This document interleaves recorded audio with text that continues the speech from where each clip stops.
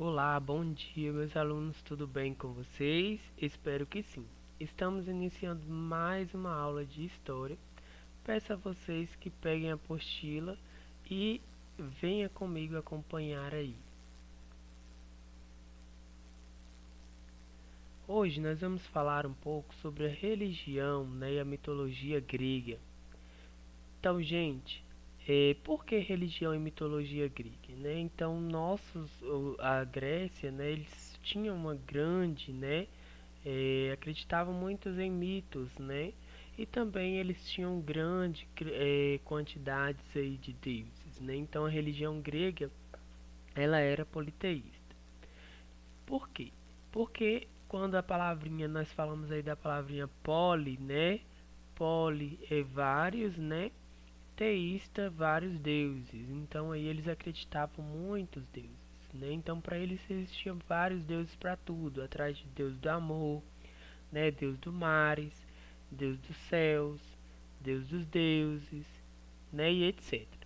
Então, gente, como eu falei para vocês, a religião grega ela era politeísta, e nenhum dos deuses, eles predominavam sobre os demais. Então, cada um tinha o seu a fazer, cada um tinha a sua, posição. Mesmo Zeus, que ele era considerado Deus do céu, Deus do raio, ele também não recebia mais atenção do que os outros deuses. Por quê?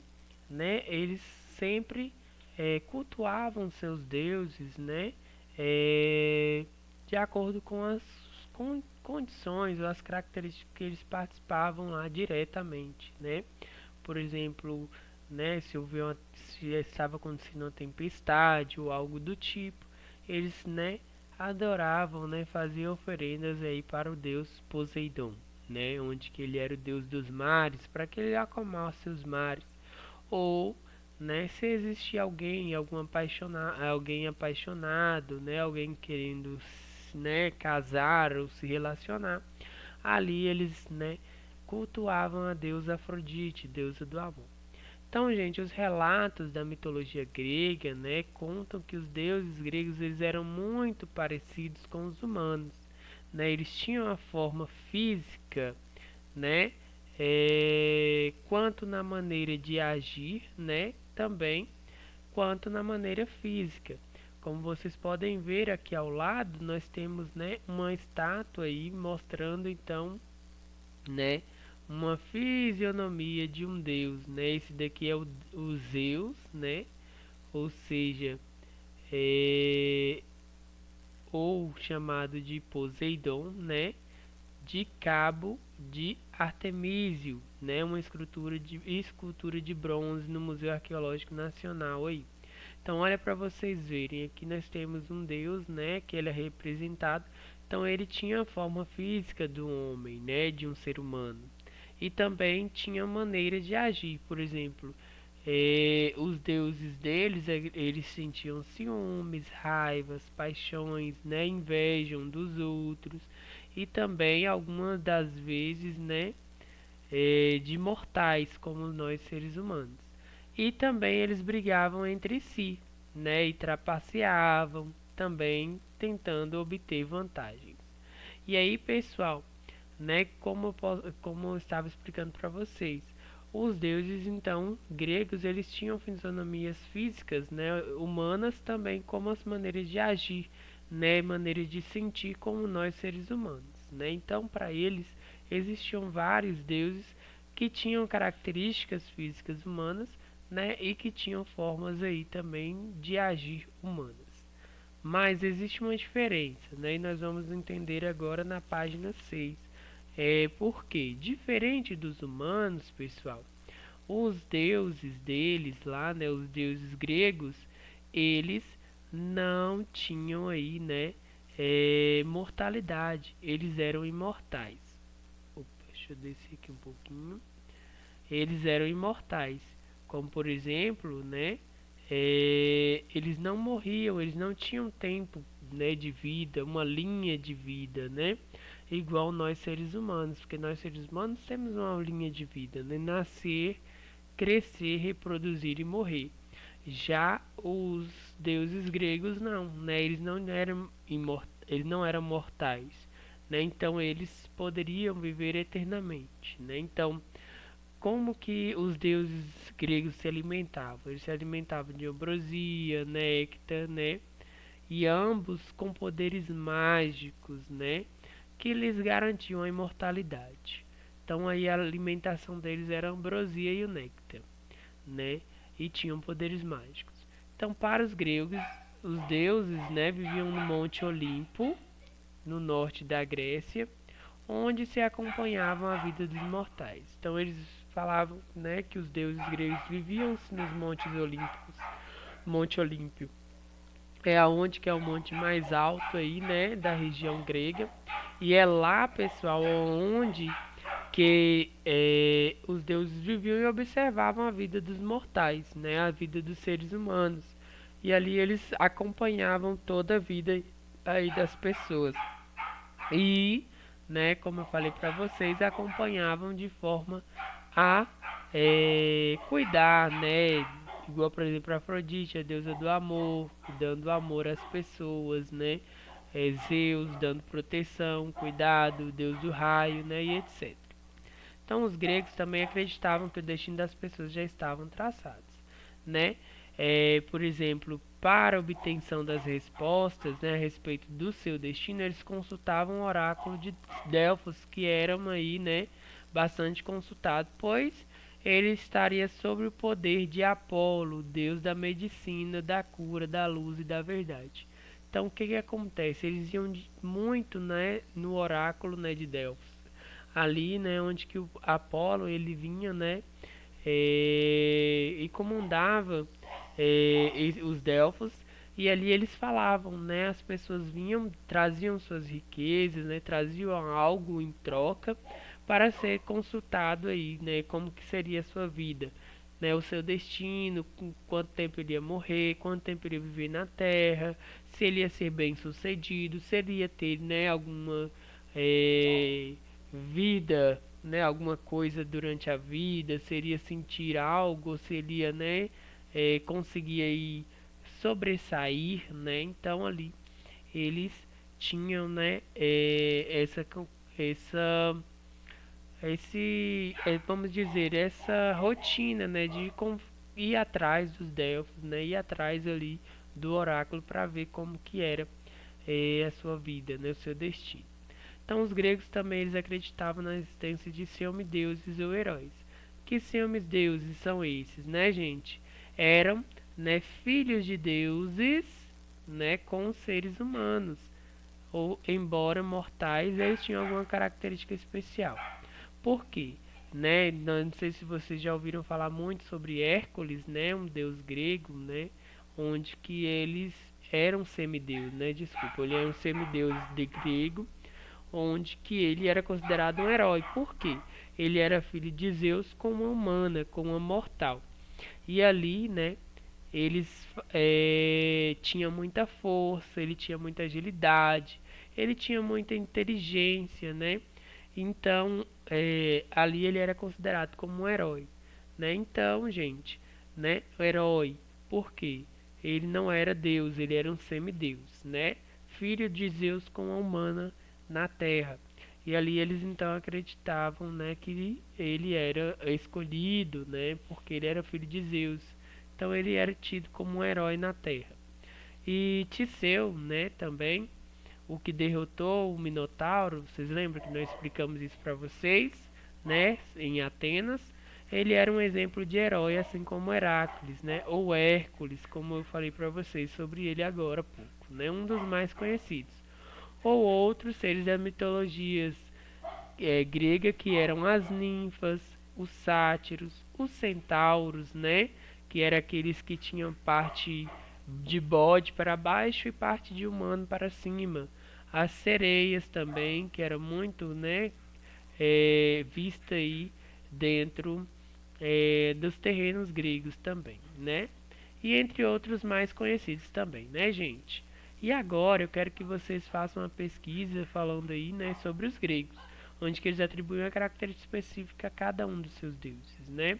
Antes era considerado o deus da guerra, né, o Dionísio, o deus do vinho, e outros deuses. Vocês, né? Saberia dizer, por exemplo, quem era a deusa da sabedoria, né? Então, o que que vocês vão fazer? Vocês vão obter essas respostas pesquisando as principais características atribuídas aos seres mitológicos gregos, né? Conforme a sua pesquisa, você vai completar a árvore genealógica dos deuses gregos que está na página de material de apoio.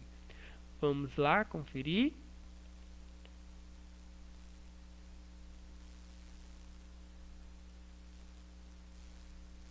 Então, pessoal, olha aqui, né? Nós temos aí primeiro, né, a primeira página do material de apoio, né, onde que explica um pouco sobre os deuses do Olimpo e vocês vão fazer aí, né, pegar e completar aí o quadro. Ele tem duas páginas onde vocês vão pegar aí lá, esse daqui é o material de apoio, né, sobre o capítulo 5, página 6, sobre os deuses gregos. Aí nós temos vários deuses precisando que vocês completem a as suas aí funções, né? Qual eram as funções desses deuses? Então nós temos aí duas páginas onde que vocês irão, né, completar aí, né, sobre os deuses. Temos aí, né, a Gaia, o Caios, Fébios, Oceanos, Tétis, né, Deméter, Zeus, Leto, né? Então olha aí a árvore genealógica desses povos, desses deuses, e eu quero que vocês peguem, né, e vão lá e façam essas atividades aí, ok, pessoal? Vamos para a apostila agora.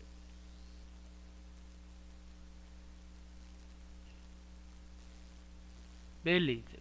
Então agora, gente, né, que a gente já viu aí, né, sobre as páginas da apostila que você, da material de apoio que vocês teriam que completar, né, nós podemos ver que os gregos, né, por meio da sua mitologia, eles buscavam explicar alguns aspectos de vida. Por exemplo, eles explicavam o poder de uma cidade, a ocorrência de uma guerra, né, a origem do mundo, por exemplo, através dessas mitologias, né, ou seja, das suas histórias, né, dos seus deuses, né, da forma que os deuses aí, né, utilizavam. Por exemplo, tinha um deus por trás da guerra, tinha um deus da guerra, né. Então, durante a criação e origem do mundo também tinha um outro deus. Então, gente, olha aí para vocês verem. Nós temos uma atividade também abaixo.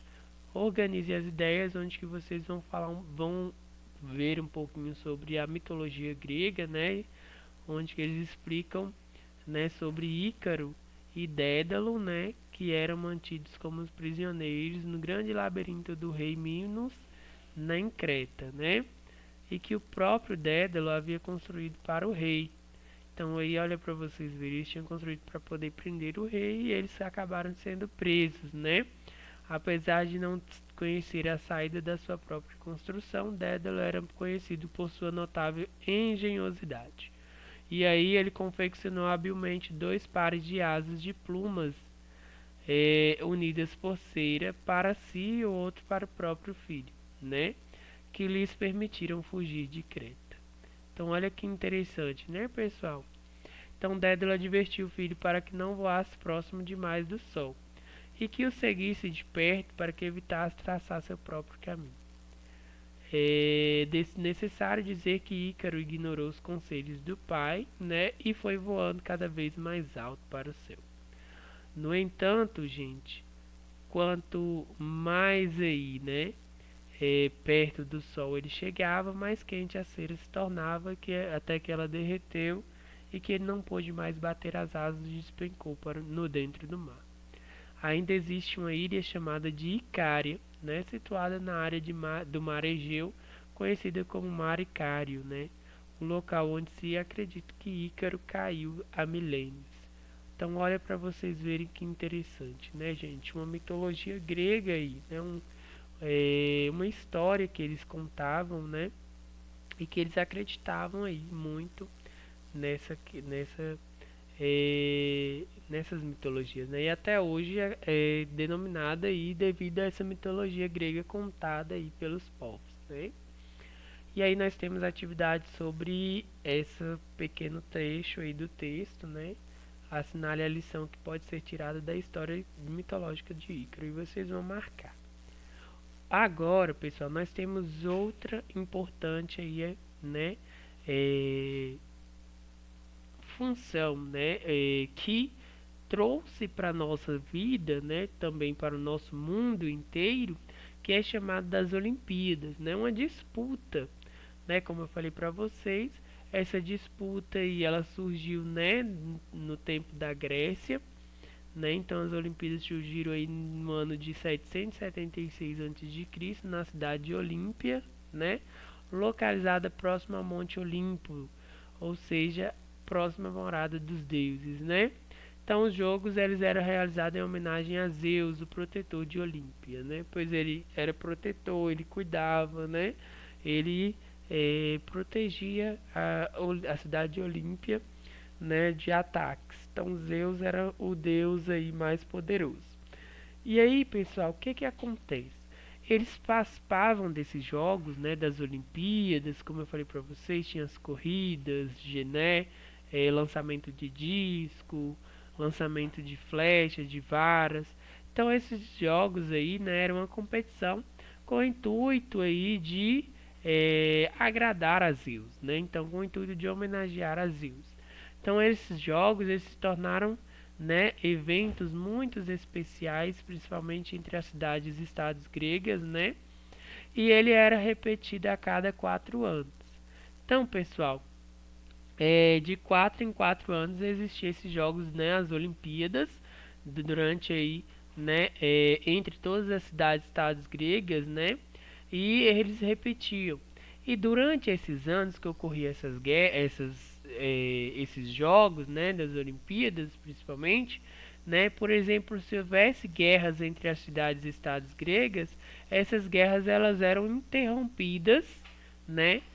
E aí, o que que acontece? Eles pegavam, né, e iam participar dos jogos. Então, olha que interessante, né? Acabar uma guerra só para poder, né, participar de Jogos Olímpicos, né? Pois eles acreditavam aí que através né, desse momento de jogos eles estariam, né, homenageando a Zeus e que Zeus estariam lá, né, do Monte Olimpo observando e gostando, né, daquela atração. Lógico, né, gente? E um dos aspectos aí das Olimpíadas era trazer também, né, a paz, né, por tempo, né? Pelo menos por esse tempo dos jogos. E ali acreditava-se, né, que era importante para Zeus, então eles praticavam esses jogos. E esses jogos então foram trazidos até hoje, né, até a atualidade. Nós temos aí os Jogos Olímpicos, né? E aí é onde que participam todos as pessoas do mundo inteiro, né? Todos os países aí. Então, gente, naquela época, os vencedores, o que que aconteciam, né?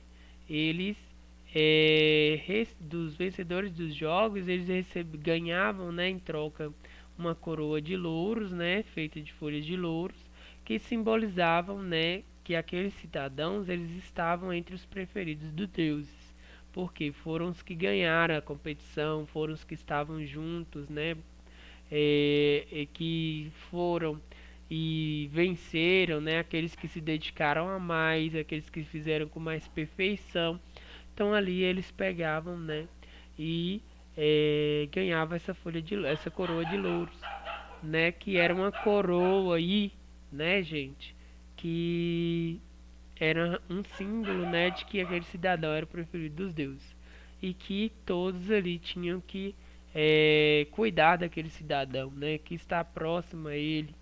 Então ali eles acreditavam, né, que os Jogos Olímpicos eram, né, importantíssimos nessa época para animar, né, divertir aí a Zeus.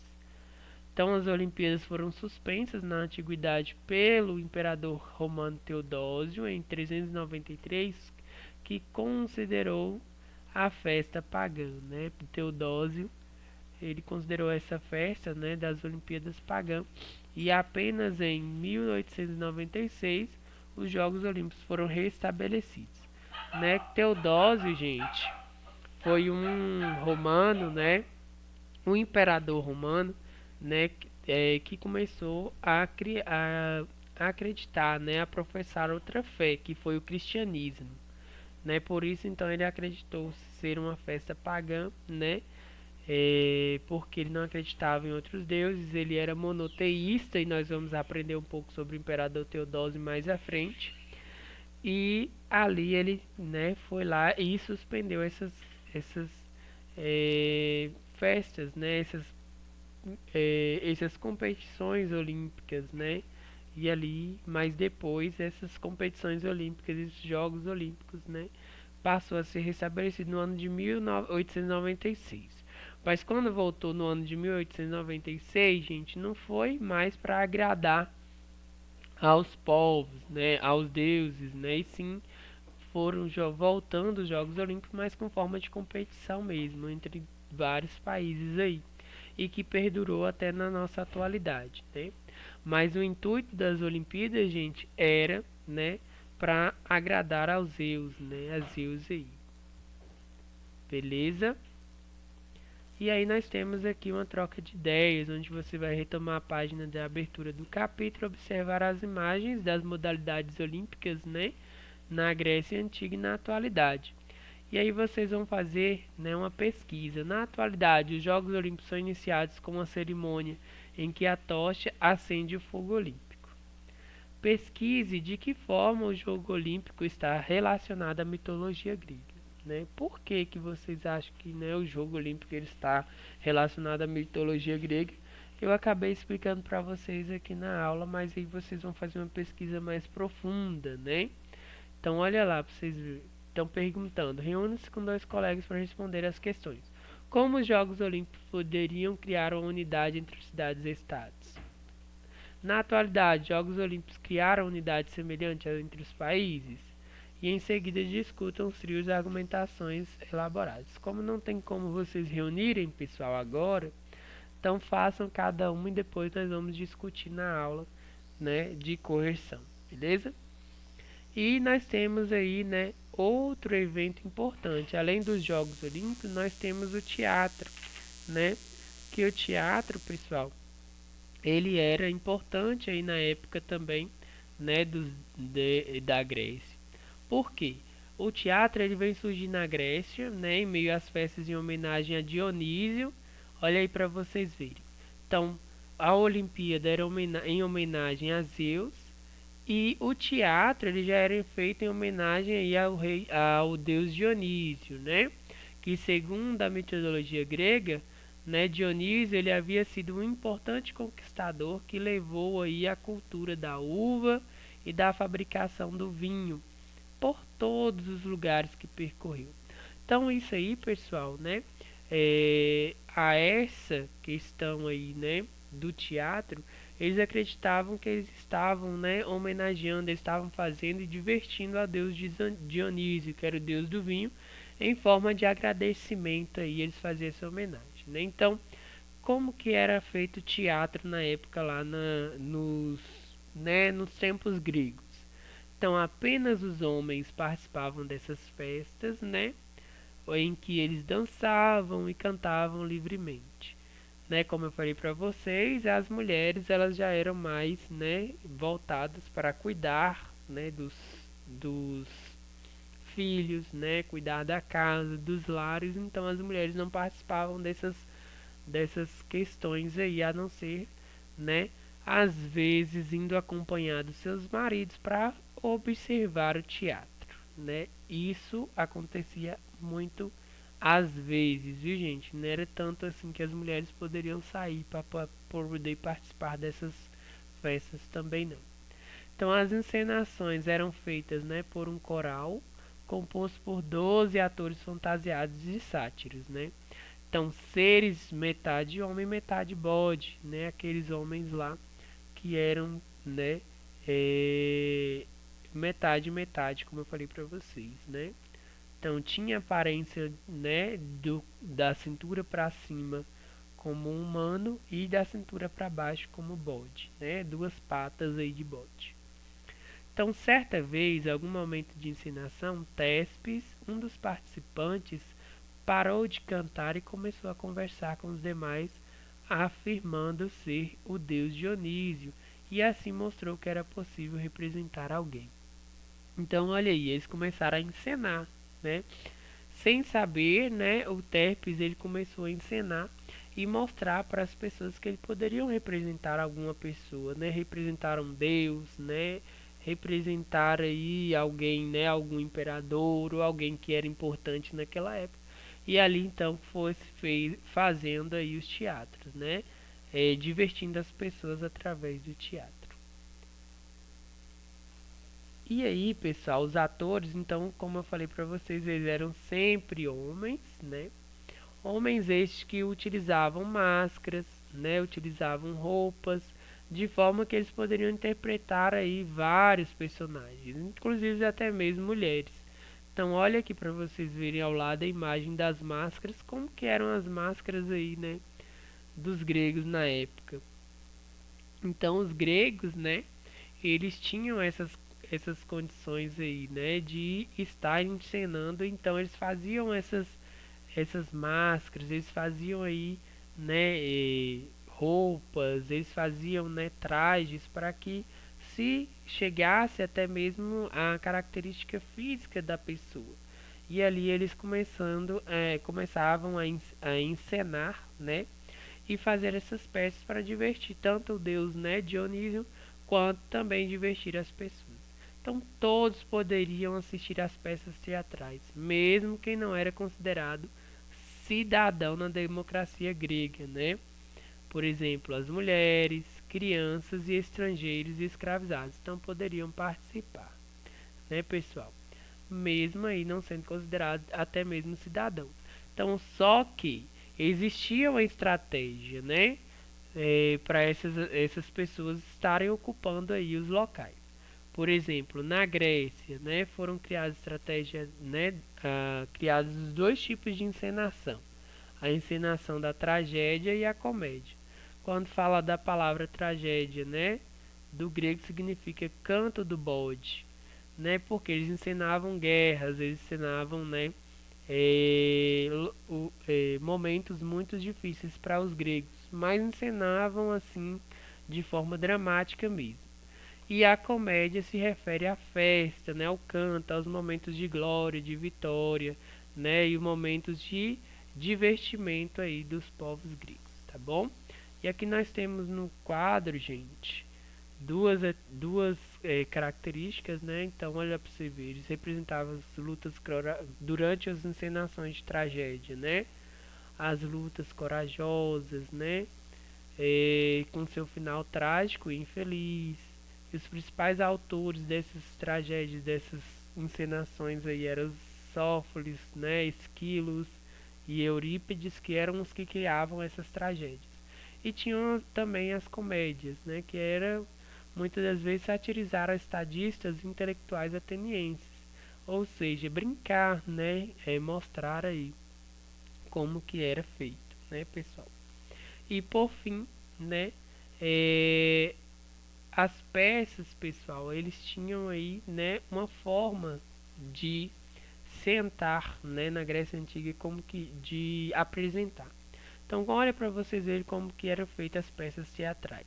Então, as peças teatrais eram feitas aí, né, de um local, né, representados em como anfiteatros, chamados de anfiteatros, que eram espaços criados pelos gregos onde as arquibancadas eram dispostas de um semicírculo.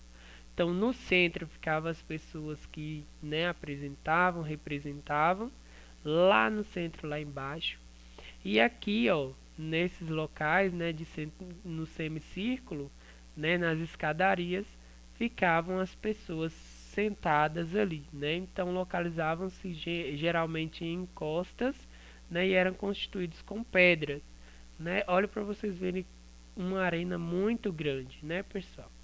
E as peças de teatro eram representadas em uma grande festa, né, chamada de grandes dionisíacas, né? Ou seja, né, que duravam vários dias e que era chamado dessa forma por causa da homenagem ao deus Dionísio, né? Então, grandes festas dionisíacas.